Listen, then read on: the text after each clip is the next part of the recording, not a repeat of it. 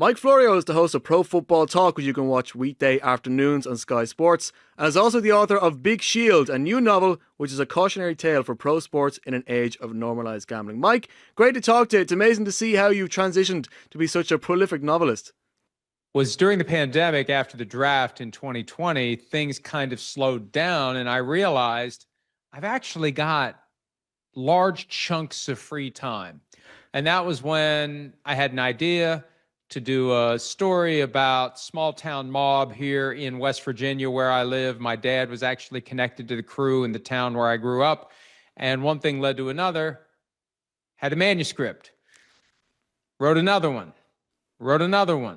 And it's become so much a part of my routine over the last 5 years. I just keep doing it. And I've got a stack of unpublished manuscripts, and it's a challenge to figure out which ones are ready to go and which ones aren't. I decided Big Shield was ready to go, and I wanted to get it out there in time for football season, and I appreciate having a chance to talk about it a little bit. I don't know what 99 cents American translates to on the UK and Ireland Amazon, but I've made the ebook very cheap. I have an answer for you on that, actually. I think it's 77 pence, which is 89 cents in euro if people were looking at it on Amazon this morning. So we're getting an even better deal than the guys in America on this one. Wow. No reason to not buy it right now, then.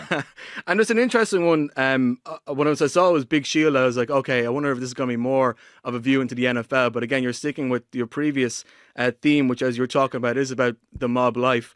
But this one is about a character who is playing in Las Vegas, but is sort of giving off information for people in the world of gambling. It's just interesting from our point of view because gambling has been so kind of normalized and ubiquitous, whereas in America it's changed a lot very recently. Is this kind of based on an idea or a belief about that something like this is actually happening in the league? Well, when the United States Supreme Court opened the floodgates for each of the various American states, if they want to do it, to adopt a legalized sports betting program, and 35 or more states have already done it, I became concerned about the ways it could undermine the sport. And I think we're still in the Wild West days of sports gambling where there's a need for regulation in a variety of different ways. It hasn't happened yet. I've seen examples from other countries that have more mature gambling systems where there's greater safeguards against people who may be spending money that the sports books should know they don't have to spend, so maybe they have a problem. We have a long way to go. And one of the things I'm concerned about as it relates to professional sports generally, but specifically professional football, American football, not the NFL. I don't want to be sued for trademark infringement. So it's Las Vegas of a fictional sports league. If you want to think it's the Raiders, I can't stop you. But there's so much inside information. And there are temptations, I think, inevitable to provide that inside information to others who take it and use it to their advantage in betting, whether it's on the outcome of a game or, I think more problematically, prop bets that are tied to an individual's performance or micro betting, one play at a time. Is it going to be a run? Is it going to be a pass? And it's as simple as that. There's a system, and this really isn't a spoiler because it all comes out in chapter 1. There's a system that the backup quarterback has to send a signal by grabbing his face mask. He grabs it and he lets go when it's a run. He grabs it and he leaves it there when it's a pass. And it lets the people who are watching the game in real time make the decision, okay, this is what I need to do. I need to lock in this bet. So it starts there and it goes, and it touches on basketball and baseball as well. But the main focus is professional football, not the National Football League. Very good. Well, it's a cool concept, and I'll make sure that people know where to find it if they are interested in reading more. Let's talk football, shall we? And I'm going to start with the Pittsburgh Steelers because they're a team that we're very interested in looking at in Ireland because obviously they're coming to play in Dublin in week 4, or that's the end of September for people who aren't in NFL speak. But one of the more interesting aspects of this is they decided to go with Aaron Rodgers as quarterback. And there was this whole thing for people who may have missed it over the springtime where there was a sort of, will he retire? Won't he retire? Is he coming to the league? There's pictures of him being taken when he's on the beach, and people are trying to sort of get inside his mind. Eventually, when you get to June, the deal is done. Rodgers is now a Pittsburgh Steeler. And it's a very different situation than he was in the New York Jets when he was given so much control over the players he has. Now the Steelers are looking at him to be the sort of man who can break them out of this sort of football purgatory where they're in, where they always get winning seasons, but when they make the playoffs, they can't get any further. How much can we really expect this marriage to work? It took the Steelers nearly 40 years to win a playoff game. Since they first won a playoff game, December 23, 1972, the Immaculate Reception game, really the game that helped me realize that the NFL is a big deal and I should care about it. They hadn't gone more than 5 years between postseason wins. They are now on a streak that this year will hit 9 years without a postseason win. I think they're desperate to get that playoff win. Their actions this offseason bolster that,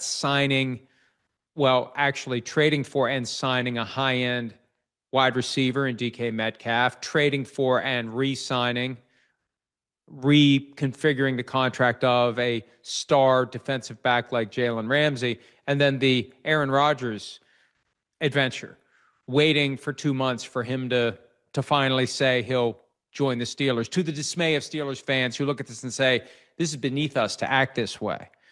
To assume the position on one knee with the little box out and the lid up and the ring there, and we're waiting for 2 months for the person to say yes or no in response to the gesture. So I believe that it's a mistake to have not participated in the offseason program. It's a mistake to not play in the preseason. I think there's going to be a lot of moving parts when the season begins for Aaron Rodgers, a lot of new things. He's never faced a former team in 20 years in the NFL.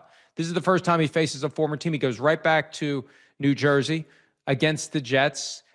He will hear some things and see some things that day that I don't care how grizzled he is, he's going to be unsettled by some of it, and it's just going to be a hell of an experience. They need to get off to a great start. They need to show that this was the right thing. Now, on paper, he's better than any other option they had, but I just don't like how they went about doing it, and I think they're putting a lot of pressure on themselves to come out of the gate strong, because if they're 1-2 after 3 games, people are going to look at this and say, what are we doing here? And then the schedule only gets more difficult after that. They've got 8 games against very good teams this year, and they need to win some of those games if they want to get to where they're trying to go. It's an interesting one because when the Aaron Rodgers played in Europe last year, when the Jets played against the Vikings, he threw 3 interceptions. Head coach gets fired that day. It became quite clear that the locker room was being taken up by the Aaron Rodgers mystique and on the direction he wants to take the team. Like you were saying there, the Steelers' culture is very different to that, and that obviously a lot of Steelers fan felt it was beneath them that they were waiting to get this quarterback. But the fact that Mike Florio, head coach, has been there since 2007, is a much stronger personality. Do we get any sense that Aaron Rodgers is having an effect, positive or negative, on the way that this dressing room is going to approach this year? You just made me the head coach of the Steelers, and I'll take it. I'll take it. Sorry. Mike Tomlin may not be happy to find out, but I'll take it. I accept. To the extent you have the power to make it happen, I'll take it.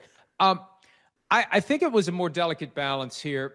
The Jets went too far in just basically giving anything and everything Aaron Rodgers wanted, signing friends and former teammates, hiring Nathaniel Hackett, former offensive coordinator of the Packers, who then failed as head coach of the Broncos and reunited with Aaron Rodgers. But I do believe this. Aaron Rodgers showed up in Pittsburgh on a Friday in March for an extended meeting, and I think they came to some agreements and understandings, specifically him and Mike Tomlin. Number one, I'm not going to sign until right before the mandatory minicamp. It's better that I not be part of the team and miss the offseason program than be part of the team and miss the offseason program, because either way, I'm not coming. So are we on the same page here? I'll sign right before the mandatory minicamp. Good. Okay, preseason, I don't want to play. Let's come to that agreement now. So there's no misunderstanding. Preseason rolls around, I don't play. Good, check. And I don't know what else is on that list, and I'm just speculating that list even exists, but common sense would tell us that during that 6-hour meeting, there was some discussion about how this was going to go, because since then, Mike Tomlin, and this was recent, he's explained he knew when Rodgers was going to sign. So what else does he know? Does Rodgers have full say over the offense? Does he have the ability to change the play at the line of scrimmage, which some coaches won't allow quarterbacks to do? But Rodgers would say, I've been doing this for 20 plus years. I should be allowed to recognize that we're in a play that isn't going to work. I want to change to a play that does work. So we're going to see how much freedom Aaron Rodgers has. I think Tomlin did this deal, and I hate to say deal with the devil because that implies that Rodgers is the devil, but you do sell a little bit of your soul. You do surrender a little bit of your identity when you subjugate yourself to a quarterback to whom you're giving power. You're giving a player power when ordinarily the structure is the coach has the power and the players do whatever the coach says. I think the coach here has agreed to bend a little bit in advance in order to get the guy that he wanted. I'll move on now to talk about the Kansas City Chiefs, who have very much been the face of the league for most of this decade now. In Super Bowl 59 in New Orleans, they were hammered. I think the 40-22 scoreline didn't really reflect how things actually played out on the field. Correct. People are looking at this Chiefs team and they're looking at the other teams in their division, the LA Chargers, who have the benefit of being able to play against them in Brazil. You know, people are talking about them as potentially being able to win the division that the Chiefs have won in each of the last 9 years. The Denver Broncos are making strides, and even the Raiders might be a little bit trickier to overcome this year. And then you look at the fact that Travis Kelce is 35. He's not getting any younger. We don't know what the story is with Rashee Rice as to how many games he will be out for this year because there is a suspension pending on him based on a street crash that he had earlier this year. There's a lot going around Kansas City this year, which hasn't necessarily been there recently. So to what extent do you believe that this dynasty is in danger? Well, we did a segment on PFT Live within the past couple of weeks where we went through one thing that every AFC division champion should be worried about. What would you be worried about? For the Chiefs, if I was a Chiefs fan, I would just have this weird nagging sense that the best days are behind us and the end is starting. I don't know that that's the case, but it feels like the Buffalo Bills are closing the gap. It feels like the Baltimore Ravens are closing the gap. And when you have coming up on the second Sunday of the season, a trip to Philadelphia to play the team that obliterated the Chiefs in the Super Bowl, that may be another reminder of how far the Chiefs have to go, what the gap is. So if you get smacked down aggressively by the Eagles in week 2, does that leave the kind of a mark on your psyche that makes it hard week in and week out, when you continue to have the target on your back, when you're the team that so many other teams want to beat, you're the measuring stick, you get the A+ game every week. At what point does it wear you down? We haven't seen it yet. And here's the reality. This will be Patrick Mahomes' 8th season as the starting quarterback. His worst finish, his worst season outcome has been losing in overtime of the game that determines who goes to the Super Bowl.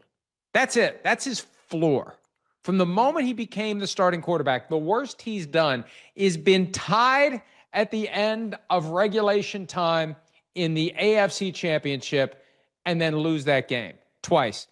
Super Bowl every other time, 3 Super Bowl wins. So I think they'll find a way. As long as Mahomes is there, they'll find a way. And they may have to retool on the fly, and there's going to be questions going into every season. You're not going to have a perfect team. You're not going to have murderer's row. It doesn't work that way. How are we going to address our issues and fix our flaws? And will the things we did in the offseason help us? And then the one thing that I think gets overlooked, it's a long season.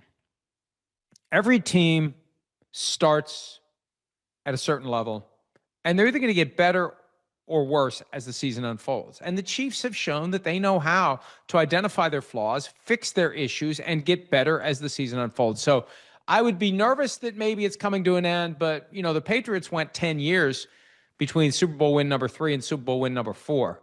So they were relevant that whole time. And I think the Chiefs are going to continue to be relevant as long as Mahomes is there and as long as Andy Reid's the head coach.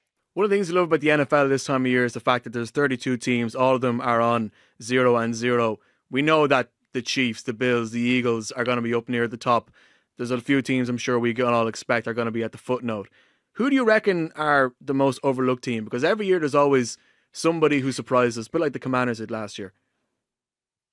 Well, and I thought the Commanders would make the playoffs. Now, I'll admit, it's just a crapshoot. And every year, about half the teams that made the playoffs one year don't make it the next year, which means that teams that didn't make the playoffs are going to be viable.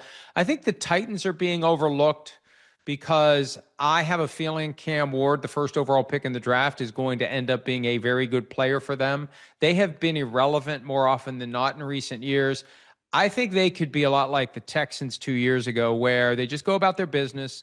They win the games they're supposed to win. Nothing flashy, nothing spectacular. It's just, oh, they're 4-3. Oh, they're 6-4. Oh, they're 9-5, and there's 3 games left, and whoa, they could make the playoffs. So I think the Titans are one team that really isn't getting the attention that they would merit, and I think they like it that way.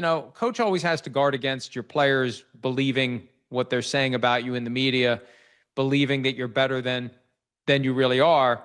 And if you have a team that is overlooked, number one, you don't have to worry about them having a swelled head. And then number two, you can use that as motivation. Nobody believes in us. Nobody thinks we're any good. And you put those two together, and that can be a very powerful thing. And you can't control it. It's all driven by the outside. But if you stumble into it, it's a great situation. And Brian Callahan, the coach of the team, I'd like to think is going to use that to the fullest to get the most out of his team. So I would say the Titans would be my top team that is being overlooked, that could end up surprising people this year. And if the Titans are the most overlooked, is there anybody who you think is overhyped? Well, the Cowboys are always overhyped, but they like it that way. I think that I'm going to be skeptical about the Lions a little bit.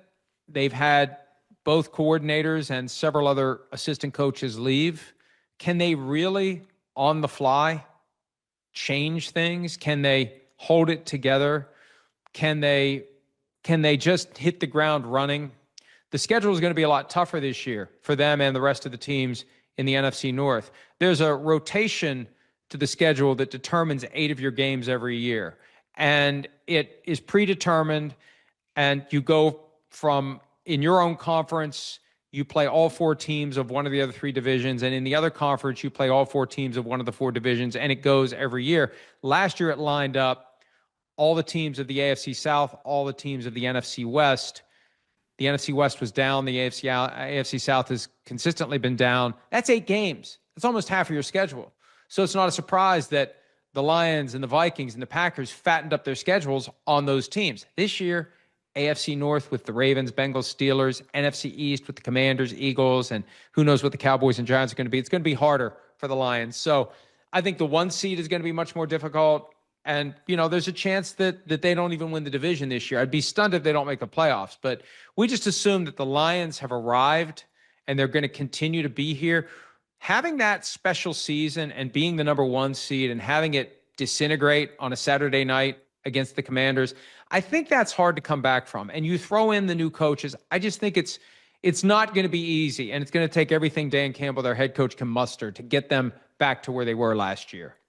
I appreciate you taking the time out to talk to us. I know you're very busy preparing for all of the stuff you're doing for NBC once the season kicks off. The last thing I just want to ask you is just in relation to the NFL and its relationship with this international audience, because I think some of us are starting to get used to the idea of NFL games being played in Europe. Like this year, there's going to be a game in Dublin, 3 in London, 1 in Spain, 1 in Germany.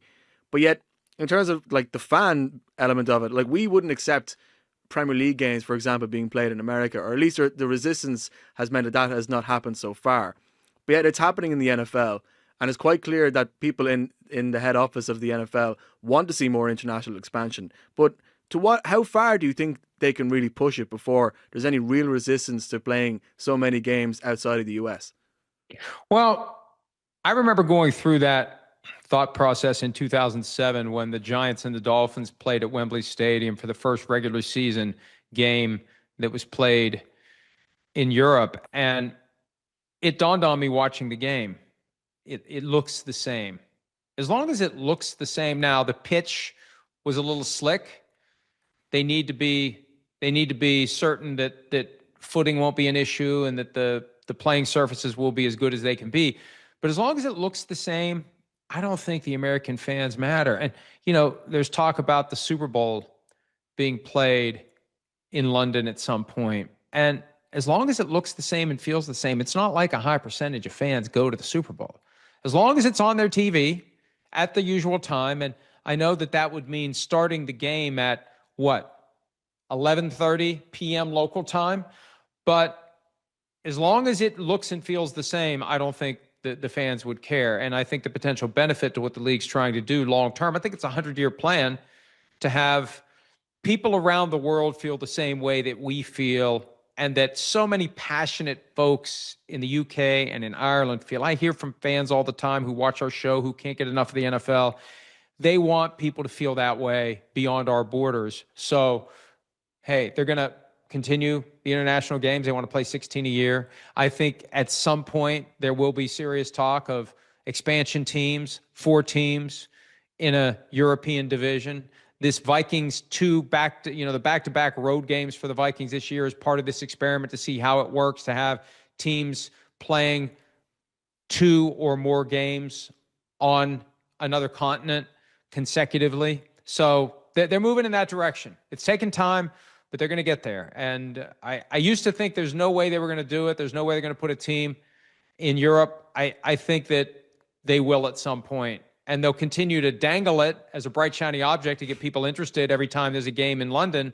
But I think that they, at some point, will do it. And it could be 4 new teams there, maybe 4 teams on the other side of the globe, and then you have 40 teams. I think the end result one of these days, and I probably will be 6 feet under when this happens, 20 games, 40 teams every year. I feel like one of these days, that's where the NFL will be. Very good. And just, you mentioned there the fact that the Vikings are playing in Dublin and then in London. I know you're a Vikings fan. You're not planning on any sort of transatlantic trip, no? Well, our producer at NBC mentioned that as a possibility. The problem is Chris Sims works college football too, so he wouldn't have been able to make the trip. And the first time we come over, and we really do want to come over because we think it would be a lot of fun, I want him to be with me. I want us to be able to do a whole week of shows over there, or whatever we would do, appearances, however we would work it out. And one of these days we're going to do it, hopefully. All right, very good. Mike Florio, thank you very much for taking the time out to join us. Great talking to you. Thanks for everything. And go get Big Shield for 77 pence. Is that right? 77. Did I get that right? Yeah, or 89 cent, I think, is what we use. We have euros in Ireland, so whatever way that works out, I mean, it's a pretty good deal. Is it still pence or quid, or is it all euros? See, I really do need to get out more, as you can tell. Now, we use euros and cents, but in the UK, it's still pounds and pence. They never switched over. All right, so. Got it. Well, I'll be up to speed on all of that when we come to the UK and we tour Ireland. One of these days we're going to do it, and I will do my homework ahead of time, or I'll have a problem. All right. Mike, thank you very much. Thank you, pal.